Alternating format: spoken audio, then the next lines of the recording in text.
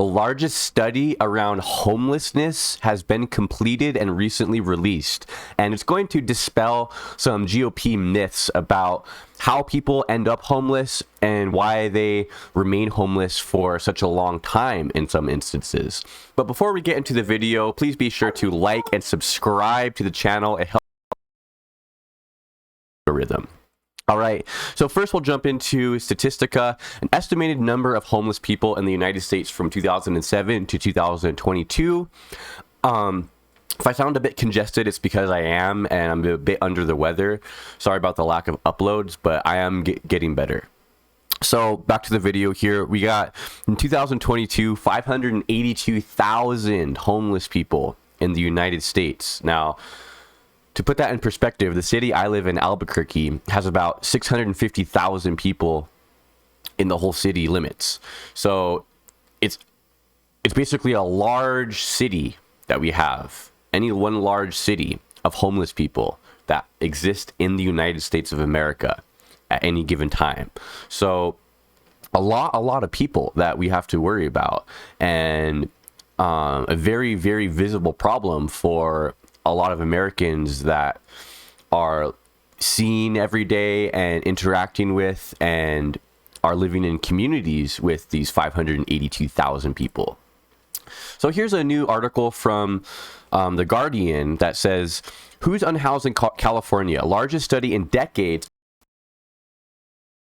Unhoused people are from in-state and desire to find housing, while Black and older people are disproportionately affected." So we hear this myth about how the reason California has so much homelessness, or the reason a certain state has so much homelessness, is because homeless people travel to where it's warmer during the winter. And the reason that there's nothing that we can do about it or whatever is because there's always going to be homeless people traveling around for purposes of trying to find warmer weather. But what we're seeing here is that that's not necessarily true. Okay, so nearly half of all unhoused adults in California are over the age of 50, with Black residents dramatically overrepresented, according to the largest study of the state's homeless population in decades. University of California, San Francisco UCSF research released on Tuesday also revealed that 90% of the state's homeless population lost their housing in California, with 75% of them now living in the same county where they were last housed. The study further found that nearly 9 out of 10 people reported that the cost of housing was the main barrier to leaving homelessness. 9 out of 10 people reported that the cost of housing, not wanting to live a certain lifestyle, not being married to the streets, not being able to participate in society, or a desire to live free or whatever, but cost of housing is why 9 out of 10 people. Seems pretty simple, right? You can't afford a house, you become homeless. We hear all sorts of crazy arguments about why people are homeless from the right, but can't afford a house, can't pay rent, then you don't have a house to live in. It's really that simple. The research from UCSF's Beanoff Homelessness and Housing Initiative, based on a representative study of nearly 3,200 unhoused people, contradicts several persistent myths about the population, including that most unhoused people come from out of state to take advantage of services, as well as stereotypes that homeless people are mostly young adults who prefer to live outside and don't want help. People are homeless because their rent is too high and their options are too few, and they have no cushion. Dr. Margot Kushel, initiative director and lead investigator, told the AP. And it really makes you wonder how different things would look if we could solve that underlying problem. California is home to more than 171,000 people experiencing homelessness, comprising 30% of the homeless population in the U.S. and half of all Americans who are unsheltered and living outside. The crisis has become a public health catastrophe in recent years, as an aging population is forced to live in tents, cars, and other makeshift shelters, with thousands dying on the streets each year. California is considered the most unaffordable state for housing, where minimum wage earners would have to work nearly 90 hours a week to afford a one-bedroom apartment. The study further found that among the older population, 41% said they experienced their first episode of homelessness after age 50.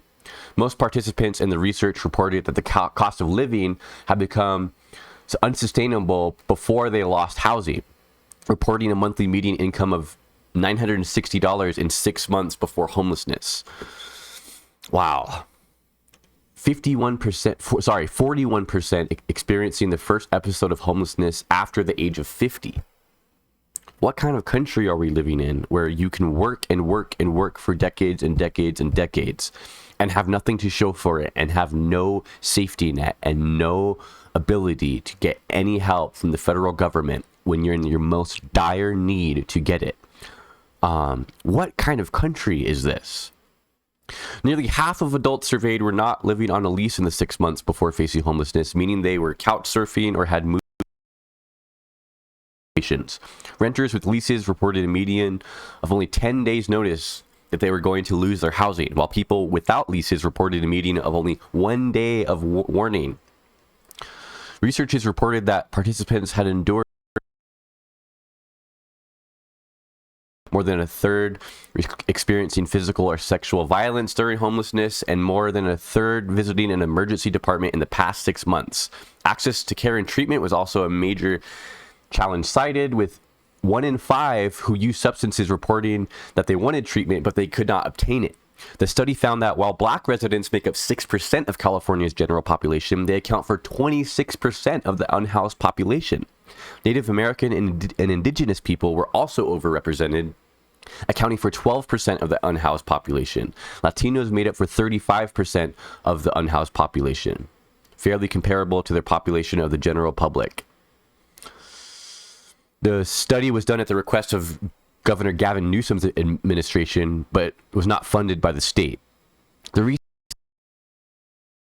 access to housing that is affordable to extremely low-income people, including by expanding rental subsidies, expanding homeless prevention through financial support and legal assistance, including for people leaving jails, prisons, and drug treatment, expanded eviction protections, increased access to treatment, and increased outreach and services for people living on the streets.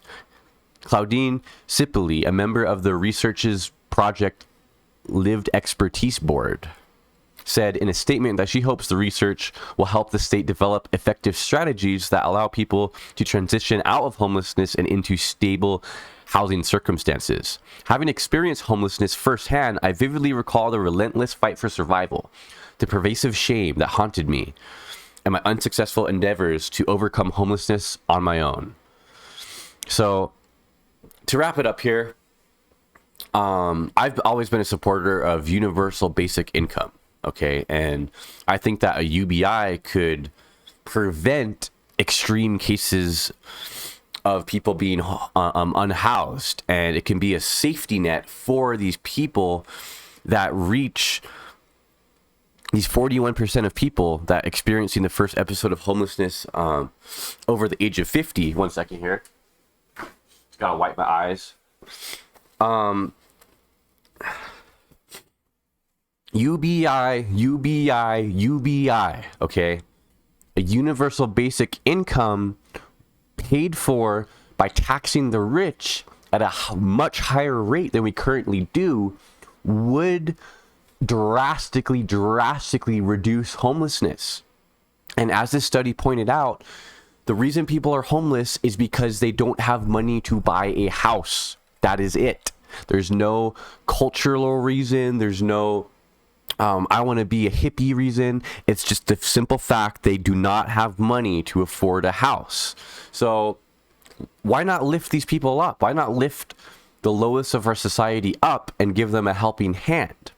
Okay?